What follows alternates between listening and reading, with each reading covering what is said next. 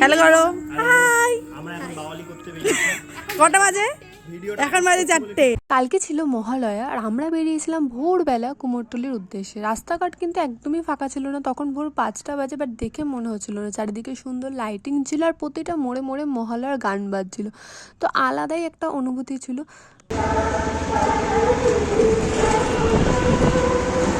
5:30। এই যে সবাই হাই করে দাও বিশ্ব, এই যে আমাদের অতিথি আজকের, এই আমি খুব সুন্দর দেখতে আমাকে। 5:30 থেকে 6টা পর্যন্ত প্রচণ্ড পরিমাণে বৃষ্টি পড়েছিল এবং যেহেতু আমরা পৌঁছে গেছি কিন্তু বেরোতে পারছিলাম না বাইরে, তাই আর কি করা যাবে, গান চালিয়ে নাচ শুরু।